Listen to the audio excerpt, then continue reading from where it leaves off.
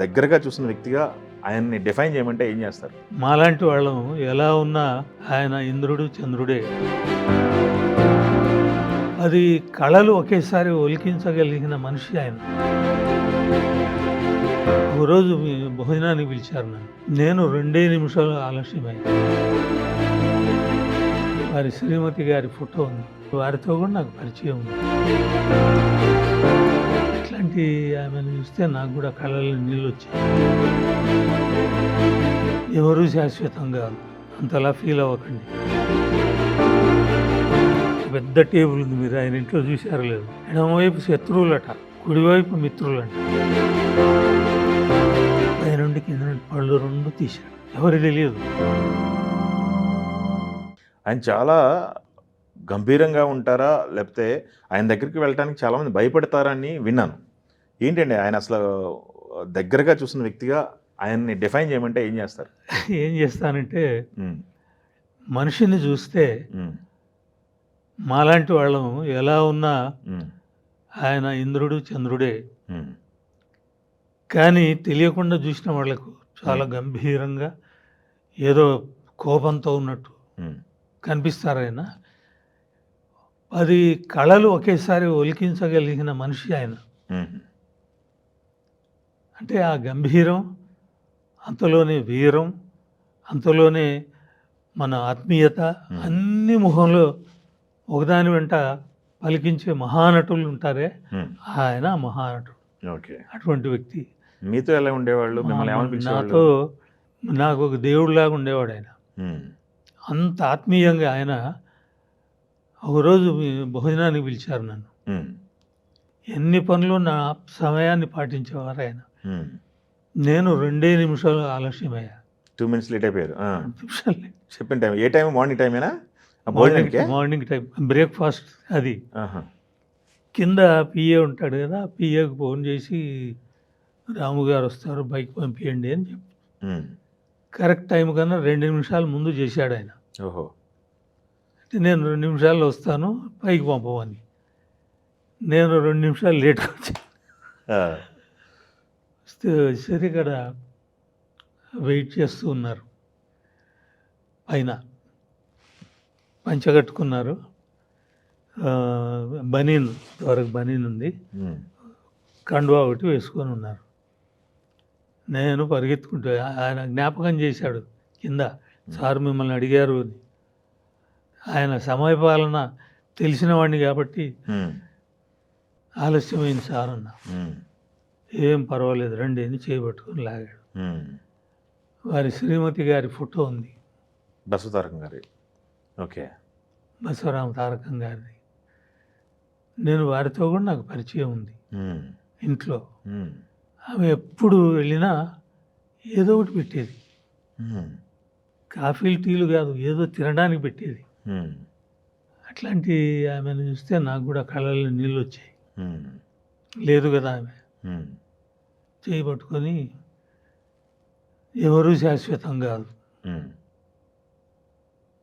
అంతలా ఫీల్ అవ్వకండి అని తీసుకెళ్ళాడు. ఓకే. తీసుకెళ్ళి అక్కడ కూర్చున్నాము. ఇంత పెద్ద టేబుల్ ఉంది, మీరు ఆయన ఇంట్లో చూశారు లేదు. ఇటు 10 మంది, ఇటు 10 మంది కూర్చోవచ్చు. ఆయన ఏమో ఇక్కడ ఉంటాడు. ఇటు కూర్చోబోయాను. మీరు కుడివైపు కూర్చోవాలి అని.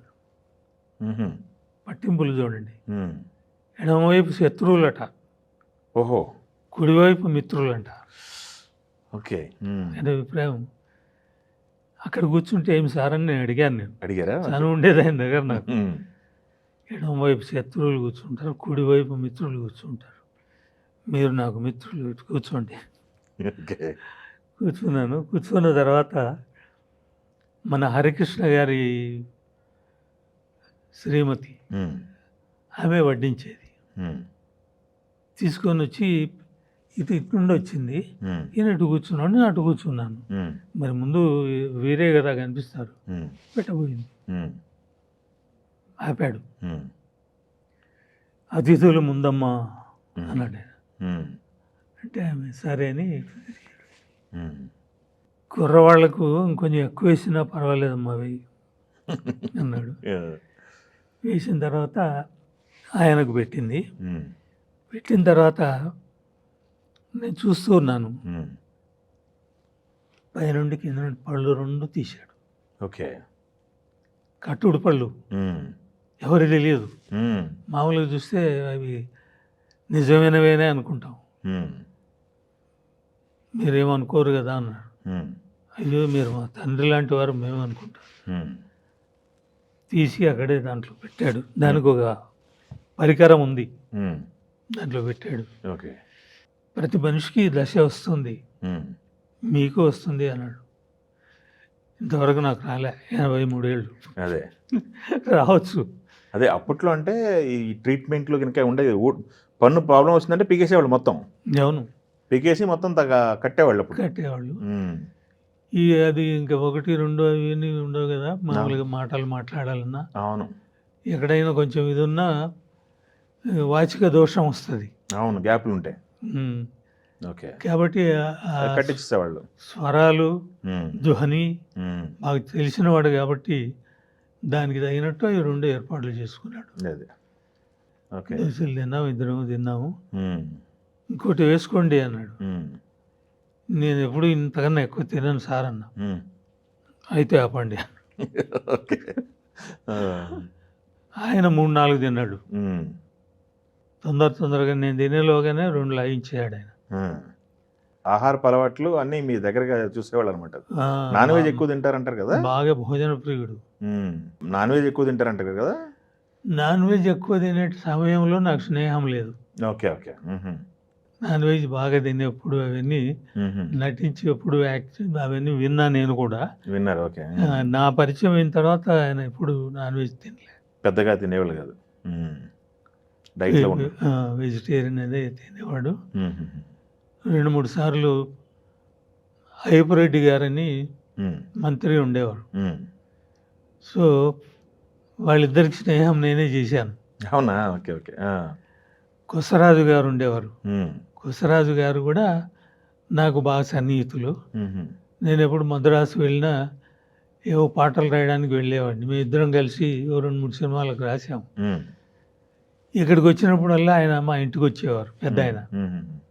కొసరాజు గారు.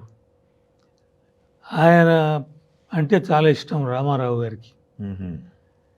సో ఆయన కార్యక్రమం ఒకటి చేశాను నేను. ఉహుం. కొసరాజు రాఘవయ్య చేదొర గారి కార్యక్రమం. ఉహుం.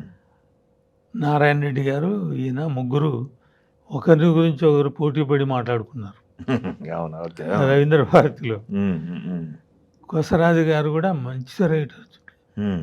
జానపద కవి సార్వభౌమ అని ఆయన బిరుదు. ఉమ్. జానపద సాహిత్యంలో దిట్ట. ఇక నారాయణ రెడ్డి గారు ఆయన్ను పరిచయం చేసింది సినిమా రంగానికి. ఉమ్. ఆయన అంటే చాలా ఇష్టడు. ఉహుం. మామూలు సినిమా రైటర్స్ కన్నా నారాయణ రెడ్డి గారు బాగా చదువుకున్న వ్యక్తి, ఉహుం. ప్రొఫెసర్. ఉమ్. వీళ్ళంతా ఎవరు ప్రొఫెసర్లు కాదు. ఉమ్. భాషలో లోపాలు, వ్యాకరణల దోషాలు ఇవి మాట్లాడేవాళ్ళు మిగతా వాళ్ళు. ఉమ్. బట్ ఈయన ఆయన పాఠాలు చెప్పేవాడు కాబట్టి తెలుగు భాషలో స్వచ్ఛంగా మాట్లాడేవారు ఎవరంటే నారాయణ రెడ్డి గారు. సూపర్. ఆయనంటే చాలా ఇష్టం రామారావు గారికి. ఉమ్. అందువలన ఆయన తన సినిమాలు అన్నింటిగా ఎంతో రాయించాడు ఉమ్. చివరి వరకు. ఉమ్. వాళ్ళిద్దరి స్నేహం అట్లాంటిది. ఓకే. ఓకే. ఝన్ ఝన్ ఝన్ తెలుగు